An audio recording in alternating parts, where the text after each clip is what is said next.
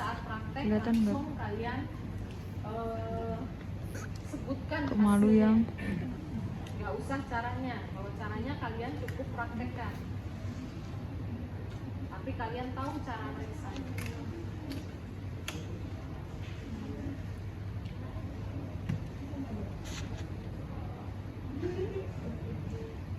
Oke, tadi sudah saya ajarkan ya tentang Apgar score. Yang berikutnya baru kemudian bayinya saya timbang. Ini lampunya harus terang, tempatnya harus datar. Jadi bayinya saya timbang. Bayi beratnya 2.700 gram. Saya kurangi dengan si bedongnya. Jadi sekitar 265 gram. Saat kalian lakukan pemeriksaan bagian yang tidak dilakukan pemeriksaan fisik, kalian tutupi supaya dia tidak atau hipotermi. Kalau ini sudah ada lampu sorot, tetap itu harus kalian tutupi supaya si bayi juga tidak dalam keadaan hipotermi. Dan kalian coba bersihkan, karena kan ada apa itu kalian bersihkan tidak lupa mandi. Anterior masih terbuka, posterior masih terbuka, tidak ada penunjukan molase atau molase. Mata bentuknya simetris kanan dan kiri, tidak ada perdarahan konjungtiva, kemudian konjungtiva berwarna merah muda, tidak ada kornea, tidak ada katarak kongenital, tidak ada glaukom kongenital, lensa jernih, kemudian apa tadi putih-putih itu? Sklera tidak ikterik. Hidung bentuknya simetris kanan dan kiri, terdapat 2 lubang hidung, tidak ada sekret, terdapat septum di antara kedua lubang hidung. Mulut bentuknya kanan dan kiri simetris, terdapat bibir atas dan bawah, tidak ada oral thrust, tidak ada sariawan. Pada daerah palatum terdapat polestin. Kemudian di telinga kanan dan kiri bentuknya sama, simetris, terdapat lubang telinga, terdapat daun telinga. Saya lakukan refleks menuju dari hati-hati pada saat bayi anak ternyata sampai umur 6 bulan lebih tidak bisa mengucapkan 2 suku kata, 4 suku kata, 1 kata atau 1 kalimat, itu kalian aware dengan pendengaran. Ya, karena ini paling sepele, tapi ini yang paling membuat perkembangan anak terganggu. Ya, kadang ini kan bentuknya normal ya. Kalau kalian temukan ada yang mengalami tunar ungu, itu kan dia nggak tahu itu masih normal, masih lengkap si telinganya, tapi ternyata dalamnya tidak berfungsi. Jadi itu ya maksud saya, hati-hati di sini. Leher, bentuk leher tinggi, pendek. Tinggi itu masih agak tinggi gini ya, ini kan pendek. Bentuk lehernya pendek, tidak ada lipatan, karena kalau ada lipatan itu biasanya ditemukan pada beberapa bayi dengan sindrom Turner ya. Sindrom Turner apa? Jadi tidak ada lipatan, tidak ada pembesaran vena jugularis sini. Kalau yang cowok bisa dipegang venanya sini. Nah, itu secara normal dia itu kalian pegang itu akan terasa. Tapi kalau tidak normal, kalian lihat itu sudah nampak bibirnya. Itu berarti terjadi pembesaran vena. Kemudian tidak ada pembesaran kelenjar tiroid. Mau pembesaran kelenjar tiroid?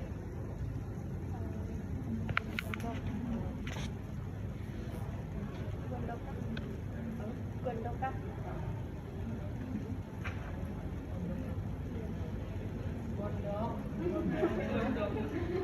Bukan gondok sama temennya, gondongan. Ya, paham ya? Itu yang terjadi pembesaran pada kelenjar tiroid. Pembesaran limfa pun bisa terjadi, hanya biasanya kelenjar limfa itu bisa berpindah-pindah, bisa di sini, bisa di ketiak. Jadi kalau limfa itu dia tergantung pembesarannya di mana. Kelenjar sistem nanti udah belajar kan ya di semester kemarin, dicek lagi yang hormonal itu kelenjar itu biasanya tempatnya. Lanjut ke dada, inspeksi. Inspeksi dada, pergerakannya tidak ada perdarahan ya. Kalau dilihat tidak ada perdarahan. Inspeksi tidak ada perdarahan. Kemudian pergerakan dinding kiri dan kanan itu sama, tidak ada yang tertinggal. Kalau ada yang tertinggal berarti kalian curiga adanya fraktur ya. Kemudian tidak ada tarikan dinding dada. Kan kalau normalnya nih berandai-andai, karena tarikan dinding dada akan dijumpai pertama pada pasien yang asma. Itu kan ininya kelihatan banget ketarik. Kemudian pasien-pasien anak dengan stunting, itu akan tertarik. Jadi yang pernapasan normal menggunakan otot abdomen dan diafragma, bukan tarikan dinding dada. Jadi ini dadanya sampai menusuk ke dalam. Kemudian sudah inspeksi, terdapat puting susu kanan dan kiri simetris ya. Kalau bentuknya berbeda silakan dilaporkan, karena kadang-kadang ada kelainan pada ginjal itu berpengaruh ke putingnya biasanya ya. Kemudian palpasi, ada nggak kalian raba di sebelah kanan dulu ya yang pernapasan. Palpasi tidak ada massa karena ini bagian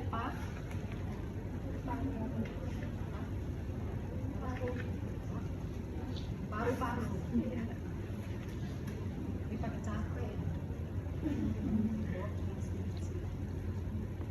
Paru, jadi tidak ada pembekakan tidak ada massa di bagian paru-paru. Kemudian itu palpasi, hiperfusi, suaranya apa? Redup, sonor, atau peka, atau timpani. Ya.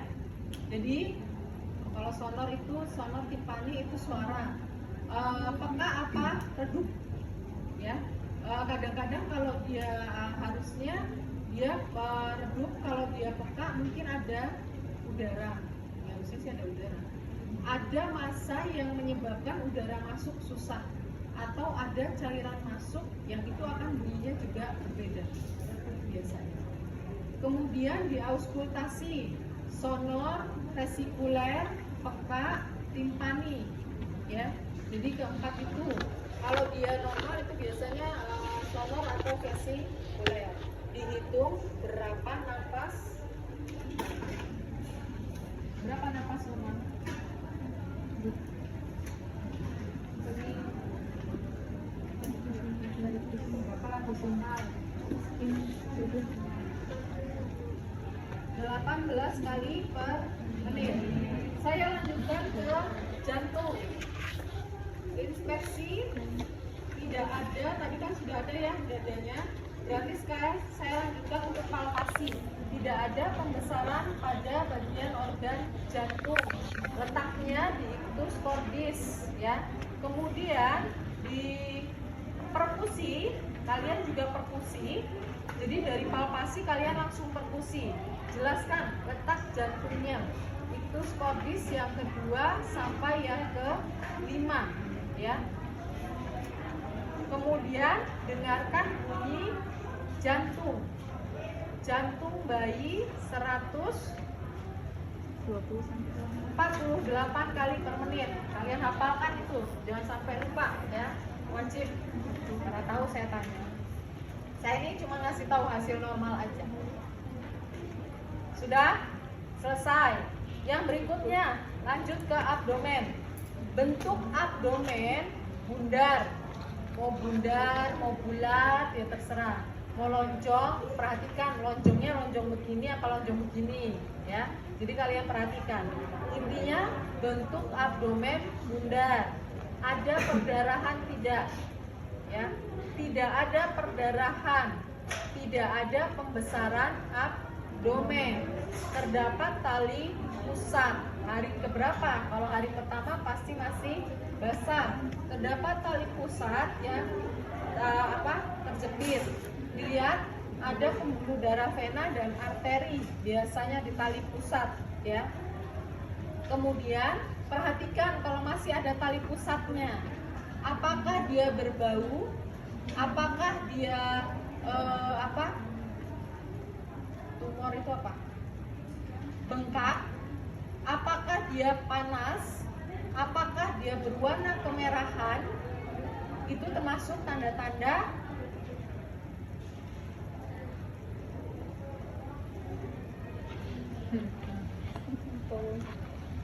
tanda apa? Tanda-tanda kalian udah mulai nggak mumpung. Ayo tanda-tanda apa? Bisa sebutin. Adanya tumor. Iya, saya bilang dilihat apakah di sekitaran tali pusat itu ada tumor, itu penambahan ini loh, massa. Jadi bengkak istilahnya. Apakah ada bengkak? Apakah ada bau? Apakah ada cairan yang keluar dari situ? Apakah ada kemerahan? Apakah ada panas daerah situ? Itu tanda-tanda infeksi.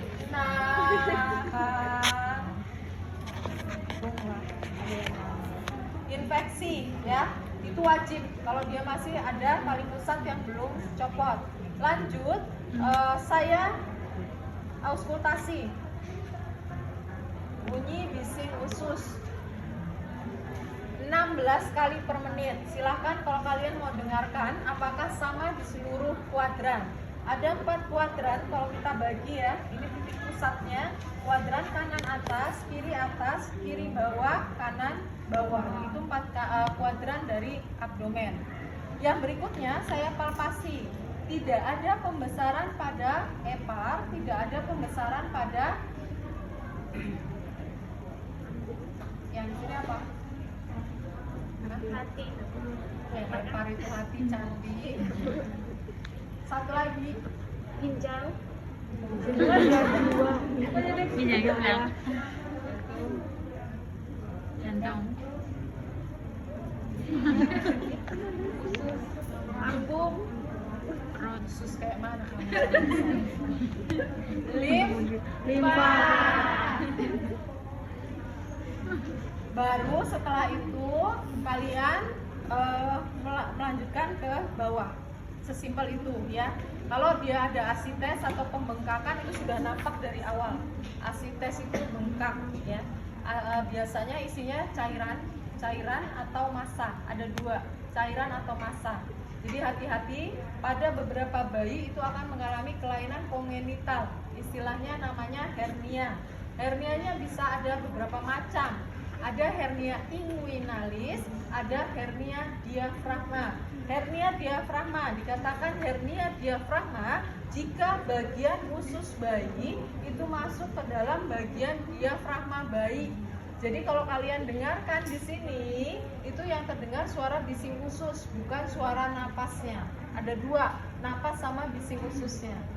Ya, yang berikutnya hernia inguinalis, ingui. Jadi itu seperti semacam kalau istilahnya orang lansia itu turun berok. Ya, daerah sini. Itu biasanya bayi akan nyeri. Ada beberapa penyebab sehingga itu perlu dikoreksi. Yang dikatakan dikoreksi itu akan dilakukan tindakan operasi. Paham ya? Oke, kita lanjut ke bagian kaki. Kaki, kedua kaki kanan dan kiri simetris bentuknya dan panjangnya. Hati-hati, ada beberapa kelainan pada kaki. Kalau istilah bahasa Indonesianya kaki tapal kuda, bentuknya begini. Ya, jadi perhatikan apakah bentuknya sama. Ini bisa dikoreksi. Ada juga kaki yang satunya lemah. Jadi pada saat lahir mungkin bokong ya persalinannya, jadi ketarik. Yang ini nggak bisa bergerak mungkin. Itu juga biasanya ada pertolongannya, ya. Jadi segera dikoreksi jika ditemukan. Bentuk kaki kanan dan kiri jari lengkap, tidak ada polidaktili. Polidaktili kelebihan jari, tidak ada sindaktili. Sindaktili itu kurang jari. Kemudian tidak ada selaput. Selaput itu yang di sini loh. Biasanya kalau ada selaput itu bayi-bayi ada yang mengalami sindrom Weber apa ya, kalau saya nggak salah. Ya. Kemudian bayinya kita miringkan. Hati-hati kalian pegang lehernya, ya. Tulang belakang bentuknya lurus. Ada berapa macam tulang belakang yang berbeda apa aja?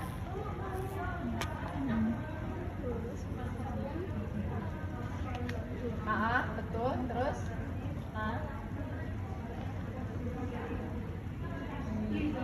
kifos. Kenapa ini penting? Kenapa ini penting?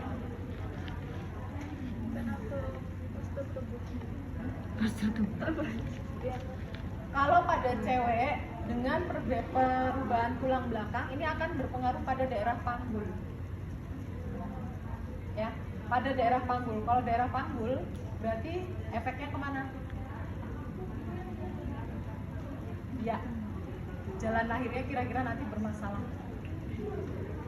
Ya, bentuk tulang belakang lurus, tidak ada cekungan, ya, tidak ada cekungan, tidak ada tonjolan. Yang saya katakan tonjolan tadi bisa berupa massa padat, bisa berupa massa cair, tidak terdapat perdarahan. Kemudian bagian anus.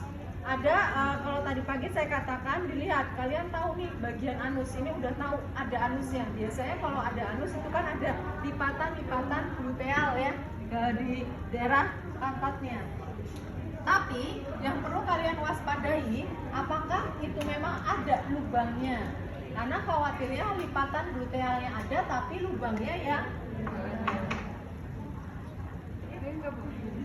ya. Ini karena lembut jadi nggak terlalu masukkan. Oh iya, ada lubang anus. Oh ya saya lupa. Nanti pada genitalia ini juga pengaruh ya. Jadi ini tolong dilihat. Kenapa? Kalau dia sampai tidak ada lubang anus ini yang bahaya. Bisa bayinya tidak BAB dalam waktu berapa hari. Langsung dikoreksi. Untuk genitalia saya lupa. Pada wanita terdapat labia mayora dan minora yang menutupi daerah klitoris. Diperhatikan terdapat lubang klitoris, lubang uretra dengan yang anus ya. Kalau yang anus kan ke sana ya. Nah, itu pada wanita, lubang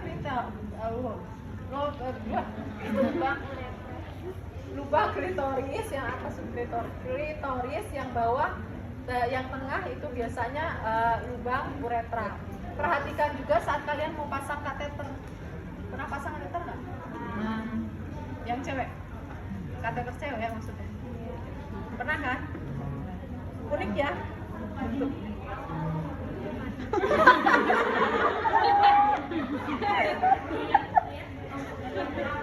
Yang lihat udah? Ada yang pernah lihat? Ada? Pernah. Bentuknya unik ya? Apalagi Mbak, kalau kamu lihat bentuk yang nenek-nenek, yang ibu-ibu ngelahirin bisa 2-3 kali ke atas. Saya pernah salah masukin. Oh nggak keluar kencingnya. Ternyata saya salah masukin itu lubang klitoris kalau nggak salah. Karena bentuknya luar biasa. Biasanya saya buka lagi, saya masukin lagi. Dulu saya nggak tahu kalau itu nggak nyaman. Saat saya dipasang ternyata itu memang benar-benar nggak nyaman. Mungkin karena dia udah berkali-kali melahirkan ya. Jadi pada wanita seperti itu. Pada pria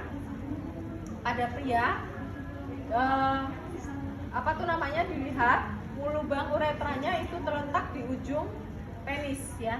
Hati-hati di ujung penis. Kemudian skrotumnya diperiksa apakah sudah turun atau belum. Yang urgentnya itu adalah lubang uretra, letaknya di ujung atau tidak. Kalau dia letaknya di pinggir atau di pangkal, itu yang namanya hipospadia. Tahu ya, yang atlet voli, yang cowok ya. Nah, itu sebenarnya karena ketidaktahuan dari orang tua. The realnya dia memang sudah penampakan laki-laki. Karena tidak tahu, jadi secara refleks itu biasanya kencingnya dia akan jongkok, sehingga turunlah dia ke bawah. Ya, jadi sebenarnya bukan masalah dia awalnya perempuan atau laki-laki, memang penampakan hormon segala macam itu sudah clear karena letak lubangnya itu gitu.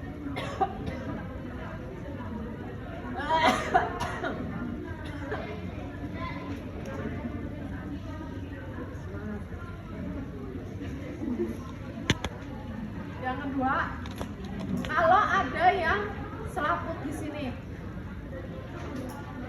Jadi ada selaput yang menutupi uretra. Ini biasanya nyeri anaknya pada saat BAK dia nyeri, itu penanganannya itu namanya fimosis ya. Fimosis penanganannya dengan surat.